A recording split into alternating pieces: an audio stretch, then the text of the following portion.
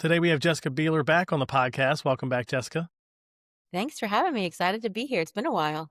It has been a while. I don't even know how long. And so give us like an introduction for people that maybe aren't familiar with you. But then also, I do want to talk about what you've been up to since the last time we spoke here on the podcast. For sure. So, this is my 23rd year in ministry. Most of that has been spent in family ministry. I do some other things outside of that now, but for the majority of it, it's been in family ministry, and I'm still in family ministry. So, 23 years. Started when I was 19. My dad was a church planter in rural East Tennessee, and man, that was an exciting journey with him. I was with him for about 9 years. And then my husband and I had the opportunity to transition to the Charlotte area from Tennessee, where I'm from. And we actually transitioned for my husband Frank's work. But when we got there, we immediately plugged in with Elevation. And within about 18 months, we were on staff. And within about a year of that, we were on the executive team. And so we spent 8 years with Elevation. And I had the incredible opportunity to lead the family ministry there and watched the church go from around 1,800 people to 30,000 people. And because I had some church planning experience, I got to launch about 16 of their locations for them. And that was just such an exciting journey. And I think you don't know what you don't know until you're like thrown in the fire. And it was just 8 years of the fire. It was just 8 years. No break. Just Yeah. Yep. But it was such an incredible experience. And when we finally stepped away, there was no scandal, no hard feelings. It was just a great transition. We partnered with Orange in Atlanta and started doing some stuff with them.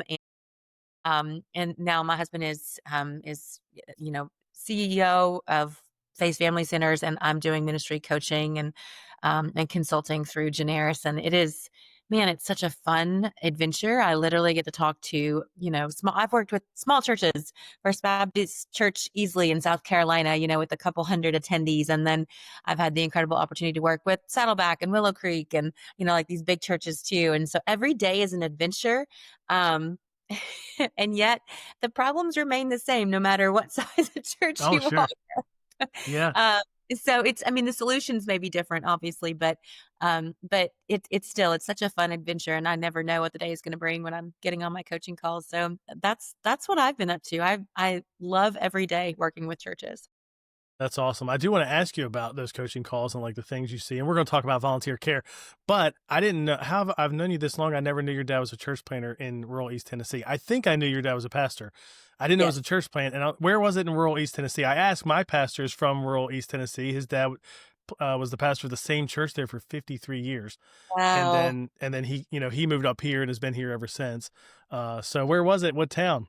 Yeah, so it's a suburb town outside of Knoxville is where we were at. So Oak Ridge, Clinton area Okay. is where he first launched, but then he expanded because he went. It was like multi-site without. This is Without forever multi-site ago. label. Like they Yeah. didn't even call it. They were just like, we have a church up in Campbell County and we have a couple like Yeah. they Yeah. they didn't even know what to call it back then. But yeah, so it was really in Anderson County and Campbell County is where he was launching churches, or planting churches. But that's just outside of Knoxville area. Oh, that's cool. Yeah, my pastor's they're near Bristol, so it's a little smaller. Like it was, and I remember the Motor Speedway is like down the road because like I Yes. remember his dad. He'd tell stories about how his dad's church. They probably still do it today. When they do the races there, they will rent like spots on the grounds where I guess people plug in RVs or something, and that funds their student ministry or something That's awesome. one race funds the student ministry for the whole year or something like that. It's pretty That's cool. incredible. That's What a fun. great strategy. Good Small job. world. Yeah, it is. It is a good strategy. I think, and of course, they're going to keep coming. That race is going to be big. That's Yeah. awesome. Well, I always love to ask. I was saying I probably asked you this the last time you were on because you were working with Generis, I believe, the last time you were on too. I always like to ask folks like yourself to get to talk to a lot of church leaders. Like, what are you seeing when you're working with kidmin leaders, especially? What are some of the trends, things that are going well? What are some of the barriers they're facing? What's bubbled up? Gosh, like stuff's kind of all over the board. I'll tell you right now that that the church as a whole is a little hesitant with AI, and yet I think we're gonna have to jump into that like feet first. Like we just gotta go because it's coming for us. And I'm not saying that you have to use AI. like all the time. But what I am saying is that you're going to have to at least be familiar with it. It can help. I mean, gosh, most ministry leaders write content, right? Either with emails. I mean, even if you're just writing emails to parents or volunteers, team members, whatever it may be, you're still producing content. What is available to you out there, even if you just like bare bones it and write your own stuff and then plug it in? I mean, it can save you hours. And, we've talked about for decades the burnout of kids and student pastors, right? Well, what if there's technology out there that can actually save you 25% of your time every single week? So, I mean, I feel like we're going to Mhm. have to figure it out. There's some people, I mean, that are literally like running with it. And typically those are student pastors and, and like Sure. yeah, that kind of thing. Online Um, pastor, the yeah, digital. exactly. Yeah, yeah. But I mean, we're going to have to familiarize ourselves with it, and just get comfortable with it. Something else that is really, I mean, my husband's in the space, and so I know a lot about it, but literally I'm end up talking about it probably on 30% of my calls at some point, is just the multi-use strategy of church buildings. Mm. And just simply that we need to bridge to the community, and how can we do that with the building that we have? Because most of the time, the building sits empty. Throughout the week, but it's full on the weekends. But there's so much that we could do throughout the week, whether that be event rentals or preschool, or even just opening it up for, I mean, I have one church who's opening it up right now for all of their county government meetings. And like the county government, it's like literally in their building with all the people coming from the community. So now everybody knows where their church is. So there's Yeah. so much potential there with like a multi-use strategy. We don't have to have empty church buildings anymore. And so I think multi-use strategy is something that churches are going to have to start to look into. And just also knowing the trends that, Generis is doing really well for the simple fact that we do a lot of generosity initiatives, Hmm. because giving as a national average is going down. We actually did well during COVID, but just if you look at over the course of the last few decades, giving has gone down. And so we're going to have to still fund our ministry. How are we going to do that? It's probably going to end up with a multi-use strategy. And so I think that's probably something else. And then the last thing, and I'm this is probably just something because I've probably had this conversation like 5 times in the last 2 or 3 weeks. People don't read emails anymore. Oh yeah, yeah, They yeah. just don't read them. And we have got to get comfortable with other forms of communication, whether that be social media, different apps, texting, whatever it may be. We're gonna have to get comfortable with it. I read a statistic somewhere, and I can't tell you where, but I read that on March 14th, 2020, when everything shut down and all of the businesses, like all had to go online because there were no business fronts. You couldn't go into stores anymore.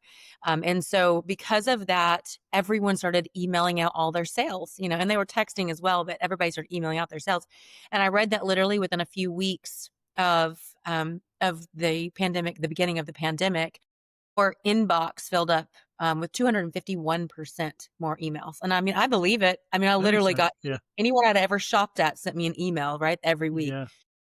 And so we were already on a decline with email communication, but we're going to have to get better at other forms of communication, and even in-person communication, using the opportunities that we have and making more meaningful connections there. But yeah, I think communication is going to have to we're going to have to change the way that we're communicating with parents and kids and students. Like we're going to have to, Hmm. get a little bit more creative because people don't read emails the way they used to. No, So that's a bunch. Yeah, yeah, you get a yeah. bunch of different things. Like I know our church one time. This was years ago, so this is before it was even maybe as crazy as it was now. But one of our volunteers, who was volunteered in student ministry, also as a parent, got 3 emails in one day. And it's because he got a student ministry email as a volunteer. He got one from our pastor that he sends every week, and Yep. then he got one as a parent. And it was just on our end, it was just a reflection of like, yeah, we're not coordinating. You know what I mean? Mhm. Like we're not For talking to sure. each other, and so we put some things in place to try to help with that, which I think helped a little bit. But what are some of the things you see people doing? Because like I know on our team, texting, at least with general like parents and stuff like that, has been helpful. We even use that to remind them, like partner with them in some ways, have this conversation at dinner kind of thing. And then some of our teams even use like the Marco Polo app where you can like Yes. video message back and forth, which I Yep. love. I I didn't did like too. it at first, but Kevin Monahan got us on it. Now I like live on it. I jokingly call it, Jessica, Snapchat for old people, because like when I tell younger people about it, they're like, "Ew," like they're 25. They're like, "What is that?" I'm like, "It's fine," and then they use it and they keep using it. So I'm like, "See, it's not just Yeah. for people Yeah. my age; it's also for people your age." Very- Yeah, so I don't know, because like even one of the ways we're trying it again, because we launched another service again, and the times are tighter, and we just don't have the kind of building where you can have like a different volunteers meeting here before the service and all that. Like they're the before they serve for the first service, they can come do a huddle like normal, get together, whole deal. But once that first service happens, there's no play. There's no Transition time. quiet place. Yeah, and Yeah. so they're using Marco Polo to like at least get that going Hmm. as a team. So like each coach can send out a video to their 6 team members Right. or whatever. And so I'm curious, it's not the same as in person. So they still got to find some ways to connect. But like, are you seeing the same kind of things? Do you think it's like multiple channels, or are you leaning into other channels? I think that there are a few different apps out there that would work for you. I mean, I think you just have to be consistent. You have to pick one, and you have to be really consistent. One of the things, particularly in family ministry, and especially in children's ministry, but this particular app has been around for a while. So, I mean, even if you've got students in student ministry in middle school and high school, it was very regularly used in elementary, and that is like Remind. And the reason that I would just say that one, and I'm not trying to promote Remind, my point being is that parents are already familiar with that app because they have it for their different kids' classes and their extracurriculars. And so anytime that you can just go ahead and play to the rhythm, they've already got the app on their phone for school stuff. So then maybe you create some channels for small group leaders to connect with parents in that way. So I mean, I think anytime that you can play to the rhythm of the lives of parents, that's the going to be successful. Yeah. And even within that, one of the things I feel like we are going to have to change with our actual communication is it has to be personal communication. No more copying and pasting. I mean, we went through 3 years of really impersonal communication, and we want to be we want it to be a personal, authentic interaction. And so I think the interactions have to be really personal. And I mean, I've suggested before, hey, whenever you're communicating with a parent, say something like, man, I've had such a crazy day. You wouldn't believe this, stuck in traffic for 4 hours, but I finally made it home and I'm eating my pasta.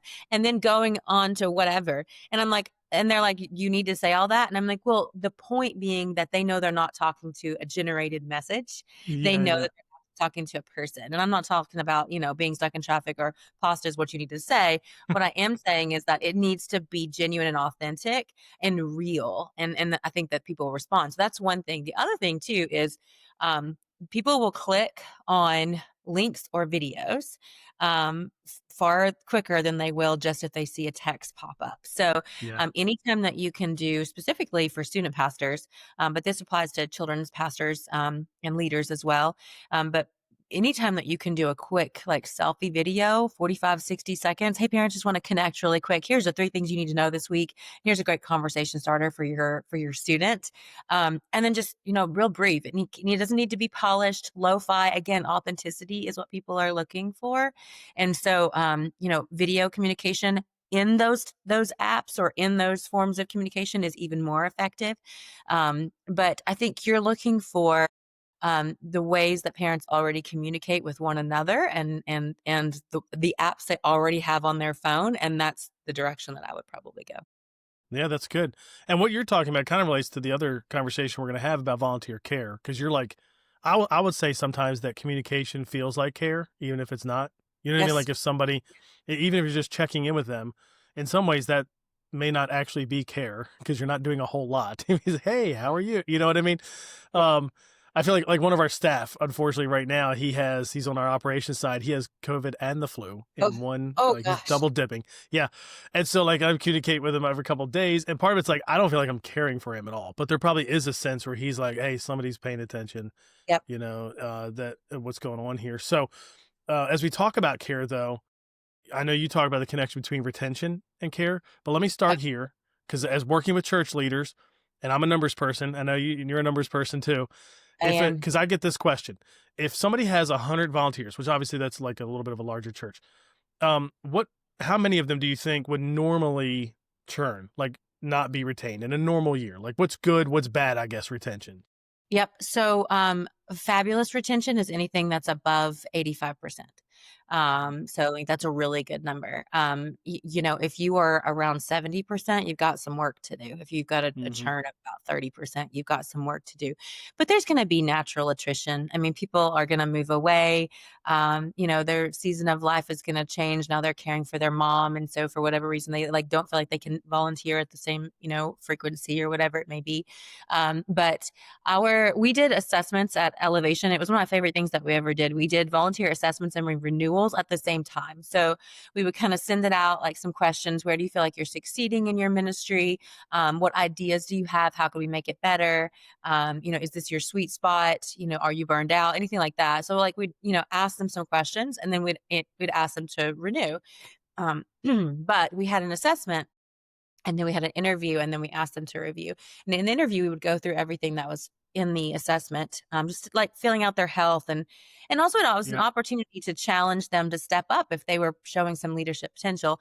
Anyways, it was a really great opportunity, but we did them twice a year. I don't even think I would advise churches to do them twice a year now. That's just a lot. Yeah. Sure. I do think I would advise them to do them once a year.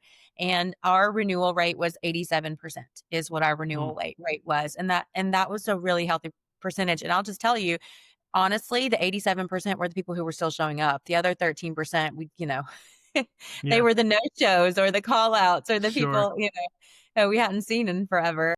So, yeah, I mean, anything above, you know, 85, even if you were at like 82, 84, that's still pretty healthy. But when you are dipping down into that like 30% churn, you've got some work to do. And if you're more than that, then we probably need to do some coaching. Yeah. Oh yeah. You got some real work to do. And I think that's where people, I think some leaders, maybe especially if you're not like the numbers type, you don't realize then, like if I have 100 volunteers, it's normal for me to lose, 12, 13, 15 of them. So if I want Yep, to grow the team, I'm recruiting 20, 25, not exactly. 10, or Yeah. whatever. Yeah. That's the part that's hard.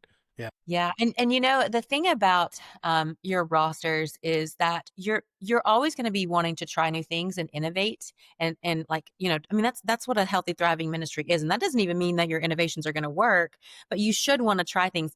But innovating your ministry requires additional volunteers. So, not like what you're talking about, not just like keeping my 100 volunteers, my number at 100, but like I probably need to just anticipating growth, whatever your percentage of growth is, you know, over the last few years, you need to anticipate that and then average that in and how many additional volunteers do I need for next year? Plus, you're going to have to add in your attrition rate. And then in addition to that, okay, are there any big things that we want to do? Like, so say we haven't done some kind of summer camp for kids and we want to do a summer camp for kids. Well, how many additional volunteers is that going to take? And so then you know, you need to add that in there. So if you're, it's not just about maintaining, but it's also about growing, offsetting the attrition, and then also resourcing your ministry with human resources enough to innovate and try new ideas. Hmm. Yeah. I always say it the other way too, where like, if you don't have enough volunteers, which is most people listening, and Mhm. enough is relative, but like if you're like more, like you only have, I don't know, 70% of the volunteers you need, you're in that place where it's like you can't innovate yourself. Like you don't have time to work on anything, much less, other volunteers working on anything. You just No, and spend time you're on that. and honestly, you're probably, too in the weeds of your own ministry if that is your situation. You're probably in a classroom teaching, and I'm not saying there's anything wrong with being in a classroom teaching. I mean, it's Yeah. a wonderful opportunity, but if you're the leader of a ministry, you've got to be connecting with parents, supporting volunteers, planning, strategizing, all of the things that come with being at the top, of an org chart. And if you are in the classrooms, you're not able to make the connections, take care of your volunteers, and do all those kinds of things. And so that is when the bigger problems come in because now if a parent has a question, who does she ask or who does he Hmm. ask? And then before you know it, they're gone because they're like, I never was able to connect or there was never anyone around Yeah. for me to talk to, you know, whatever.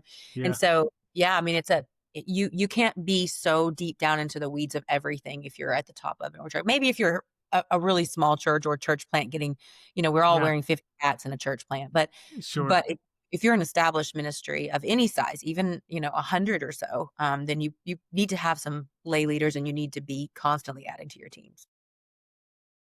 As volunteer care relates to volunteer retention, Yes. what are some things people can do to better care for our teams? And then like, I'd love to even hear you relate that to the retention. Like, how much do you think it takes care wise to have a good retention that's 87% or whatever?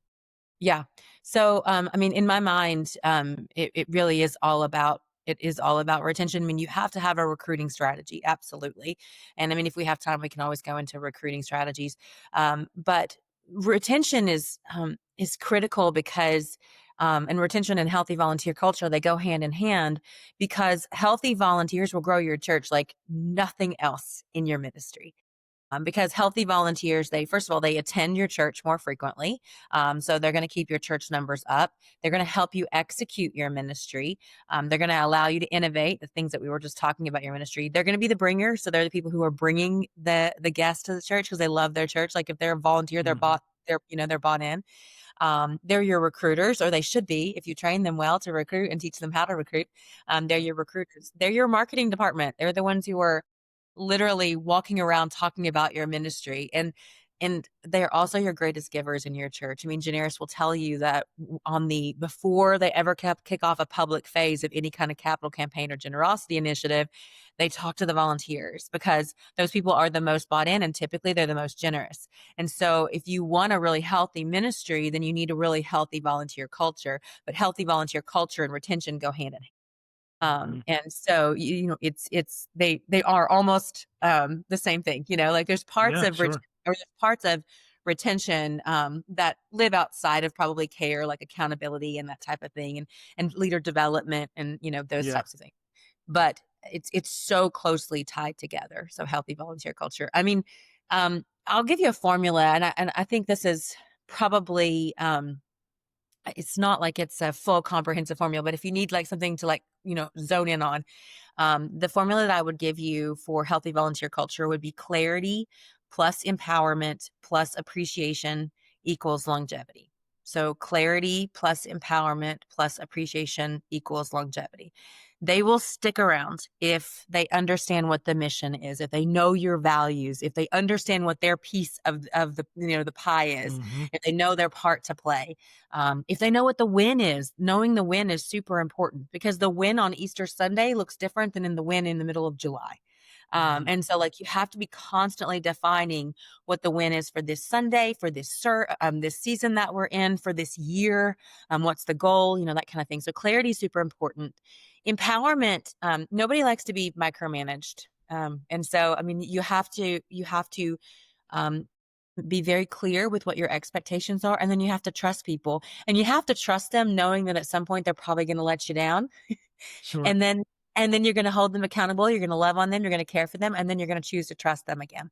Yeah. And I mean, we all make mistakes. We all, make the wrong decision in the moment, whatever it may be. But we have to empower our teams to do what we've asked them to do, to make decisions in the moment, that type of thing. Empowerment is so very important so that they know they are empowered to walk in the calling that God has placed in their lives, or to do the job that you've asked them to do.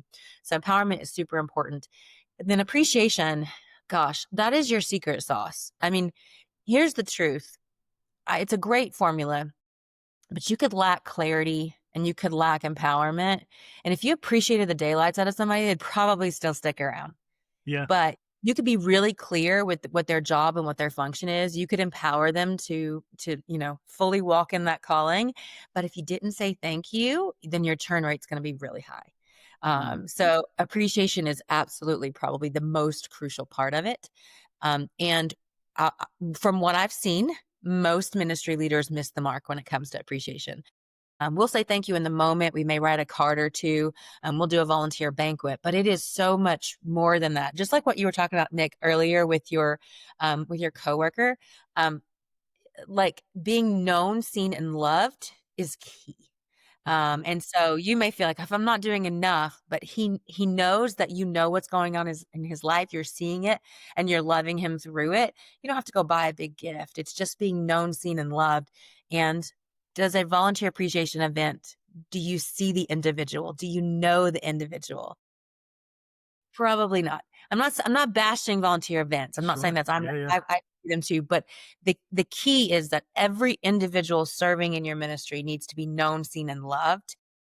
And that means that they need to be appreciated and cared for. And that's why that piece of the formula is so very important. I have 2 questions now off of that because, like, and they're totally different. They are so different. One Okay. might be easier. Appreciation, because appreciation, I know I see all the time people asking for, what are ways I can appreciate my volunteers? And a lot of Yep. times, of course, it's kids ministry. So the answer is like, what are some free or cheap ways I can appreciate my volunteers? What do you see leaders doing that helps? You've mentioned writing notes and obviously saying thank you, but what are some other things you see? Yeah. So, I would tell you the first thing I would tell you is that you probably need what I call a two-pronged strategy. Um, because every volunteer in your ministry, no matter how stellar they are, they still need to feel appreciated for whatever level of sacrifice that they are making. And so when I say two prong, we really kind of need to almost have a calendared approach to appreciation.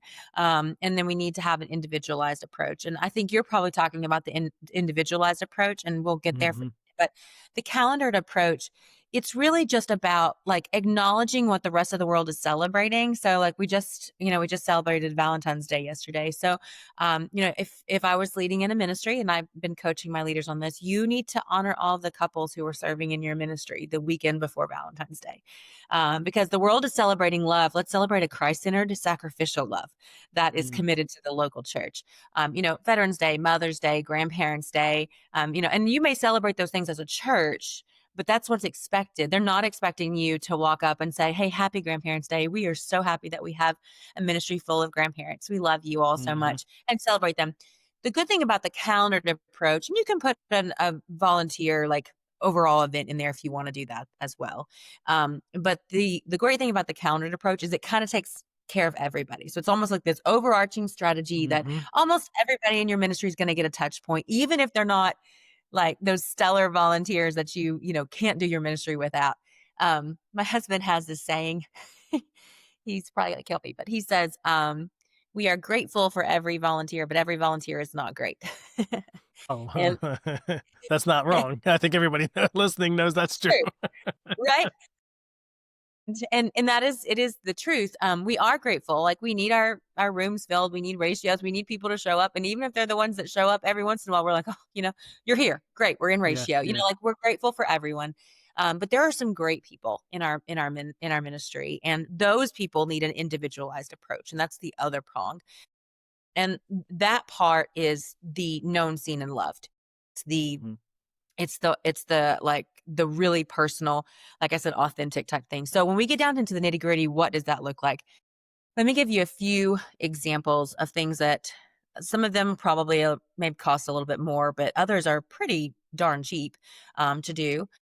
The first one that I would simply say is you need to set aside 45 minutes to 60 minutes, and probably early on in the week on a Monday morning, maybe not even 45 minutes. I mean, I could probably do it in 20 to 30, and you need to text specific actions. So, like on Sunday morning, I'm walking around, I'm noticing people do some things. I may say thank you in the moment, but I'm also going to send myself a text of, hey, Courtney was connecting with a family who was struggling with separation anxiety in the hallway, and then, like maybe an hour later, I'm like, somebody was showing somebody else where the nursing mom's room was, or like we had a first time guest student, and they were nervous about going in, and this volunteer literally just like made it really, and I would text myself all those things. And then on Monday morning in my calendar, I had time scheduled to text them and just say, "Hey, I know I said thank you yesterday, but I just want to reiterate how much I appreciate you taking the time to do this." And Mhm. again, that's seeing them. I saw you, and I know you, and I love you, and I'm so grateful for you. And that costs you no money. And that will go just as far as any purchase that you would make for them is just, like acknowledging it. I think that's one of the things that you can do. That's a freebie.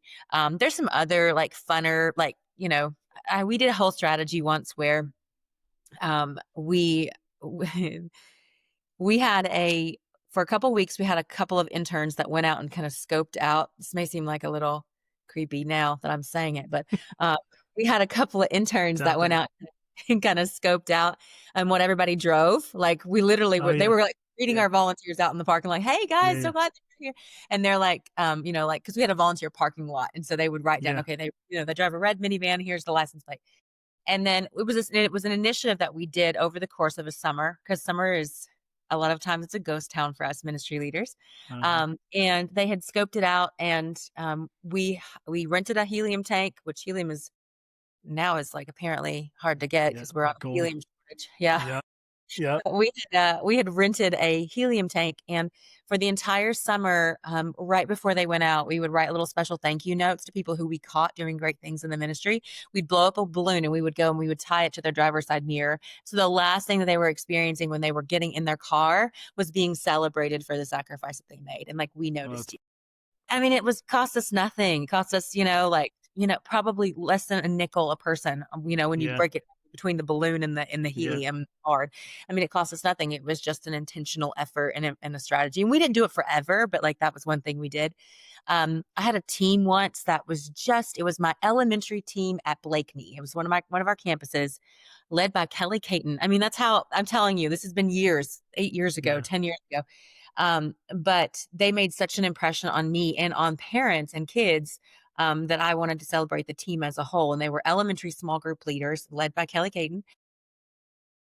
And I wanted to celebrate them. And so I reached out. We had a person in our congregation who owned a car detailing service.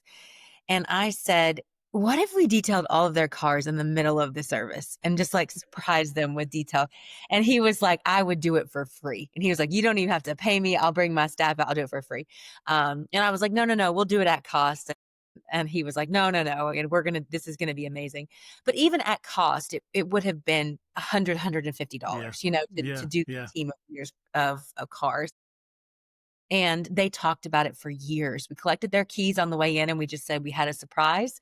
Tell us where you're parked. And we had marked off some slots and we had this car detailing service and it was detailed in and out by the time that they were done. And we handed them their keys back. And literally for years, they talked about it. You remember that time that yeah. they, Sure. and It left a so mark. right, yeah, for sure. Another thing I used to do, and this is pretty cheap, is we did a favorites form, and so we always ask people like, and we now you can do a digital one and just upload it into your database, and so it's always Yeah, there, from the very yeah, beginning. So when you're onboarding them, you can do that. But back then we were doing like a hard copy, and then we would upload it into the database. But it was all of their favorites, what their favorite coffee, their flavor, their favorite team, their hobby, where they like to go eat, that kind of thing. And so we would know them and know what their preferences were. So when we wanted to do something special for them, we could make it very personal to them. And one of the easy little things that I used to do is whatever their favorite candy was, I stocked up on it and I literally yeah. kept it in my office. And whenever I caught them doing something good, I'd, write a little note and attach it to a dollar box of candy Yep. take it to them and was like, hey, I know you love Junior Mints. I love you for everything that you're doing. Here's just a little Make it that, cheesy. Yeah, yeah. And so, I mean, there's so much, and that's just a couple of ideas. I mean, there's hundreds more, but it's really about seeing the person, knowing them, acknowledging their sacrifice, and the more specific that you can be. A lot of times we'll say things like, you're just always there. Thank you so much for always being there. Now, if the hmm, more specific you can be, when you point to healthy habits or like good behaviors or whatever that we want yeah, our volunteer to, then they'll understand, oh, okay, I get recognized when I do this, or this is what she really needs. So I'm going to step yeah. up in this, and you'll end up just being a better ministry because people will understand what a win looks like. And so Sure. there's so many ways, and you don't have to spend a lot of money to do it. It's really about just making people feel known and loved and seen. Yeah. And the last thing I was thinking about, like the two angles, the other thing I thought about is one of the challenges you have is if you lead directly too many people, you can't Oh, do this, right? I mean, you it's just it's can't. I think of it. I mean, I've probably told the story on the podcast before where we had somebody who served in kind of like a different kind of volunteer role for us. It was the volunteer kid room. So it wasn't, I think it was just an odd place on our org chart volunteer wise. And they didn't have a volunteer coach over them because of where it was. And then what happened though is they just weren't known as much right. or loved and seen. And they had a loss in their family that nobody knew about. The only Oh, reason we found out about it is because we just so happened to put a coach over them who was also the coach leading the elementary small group leaders and just said, hey, you're great. Can you also take on this room? And of course, they were a great coach and they get to know that person and for find out sure. something we never knew. Yep, for So that's sure. part of it too, is leaders, right? That can Right. replicate this. Right. You need to layer your leadership. I mean, at Elevation, when I stepped by, I'm probably sure there's probably more than this, but when I stepped aside, like 7 years ago, we had 2,600 children's ministry volunteers. I mean, Yeah. I And couldn't I even with couldn't however many staff, you're not caring for e all those people. Yeah. right. I mean, at that point, we had 20 locations, so we probably had, 20 directors and then, I don't know, another 10 assistant directors. I mean, there's no way that 36 people, me and the 35 other people, could adequately care for 2,600 people. I mean, there's no possible way. And so you have to layer your leadership.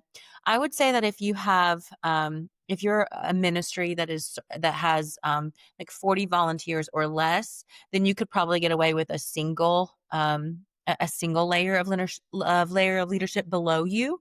So Hmm. you could have like an area leader or a service leader or team, that kind of thing. Hmm.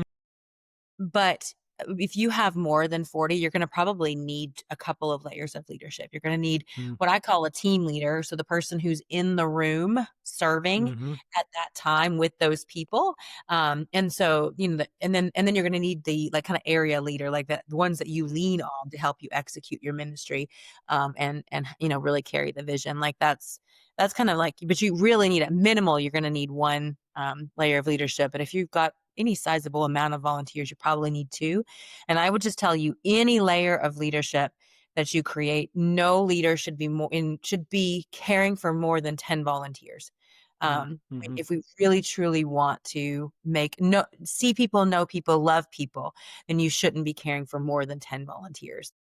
There's just no way. I mean, I want you to imagine, like, I would encourage every single volunteer to have what I call an informational touch point and a relational touch point every single week. That would be the goal. And the reason that we keep them separate is because when we try to combine them, it can feel like manipulation. I learned this the hard way when I was first starting out, probably 21. I called. She's my mom's age, and like she was volunteering in my ministry. And I called her, and her daughter Maggie was the same age. She had her kids a little later in life was the same age as my son. And I called her and I said, "Hey, how's Maggie doing? I know she's had the flu." And she's like, "Oh, she's feeling so better. Thanks for asking." And I was like, "Yeah, I'm, glad, that she's doing better." And I paused for just a second. And then I said, "Okay, hey, so about this weekend with scheduling volunteers," because she was my volunteer coordinator. And she started laughing. This is a very educated, she was the district attorney of our county. Okay. So, like, a very educated woman. And she started laughing and she just said, "Jessica, did you call me to ask me about Maggie, or did you call to ask me something to do something?" And like, you know, Yeah. I've been the Yeah. check. Because in my mind, I was thinking I was doing it both and I was doing it, both well. But really, I just called her to ask her something. And so Yeah. that Yeah. starts to feel like manipulation when you call and you're like, Sure. relationally checking on you, but also I need you to do something. And so I always, train people, keep the informational and the relational separate, but that means that now we have to have 2 touch points. So if we have more than 10 people, then we're talking about more than 20 touch points. And Uh-huh. that's just feels like an impossibility. So when you're dividing your layer of leadership to care for these people, no more than 10 volunteers per leader to care for. That's good. Yeah, I like that ratio. That does work out. Yeah. Well, thanks for taking time to talk about all this. We're gonna have to come have you back and talk recruiting because you like threw that in there Sure. that if we had time we could talk recruiting strategies. Everybody wants to talk recruiting strategies, so we'll have to do that Yes. at a different time. That sounds But good. Let's do it. how can people connect with you and your work with Generis and all that? Yeah. So you can email me, jessica.bealer@generis.com. So it's JESSICA.Bealer spelled funny. So it's BEALER. And then at Generis, GENERIS, .com. You can just email me. You can also find me at Jessica Bealer on all social media channels, or you can go to generis.com and my contact me is on there too. So there's a few different ways. And I obviously do volunteer culture and all that kind of stuff. But I do other stuff too. I mean, I'm working with a church on aesthetics right now, and how to make Nice. their ministry more attractive and how to make their programming, experience better. And then I do some executive level leadership too, just about ministry engagement. How do we engage people both from the community as well as how do we engage the people who are attending at a deeper level? And so, yeah, if you have any questions, you can reach out to me. Even if you have questions about what we talked about today, you can reach out to me and I don't mind to take some time for you. That's awesome. Well, thanks for doing that and for being willing to talk with folks and for sharing with us on the podcast. Yeah, thanks for having me, Nick.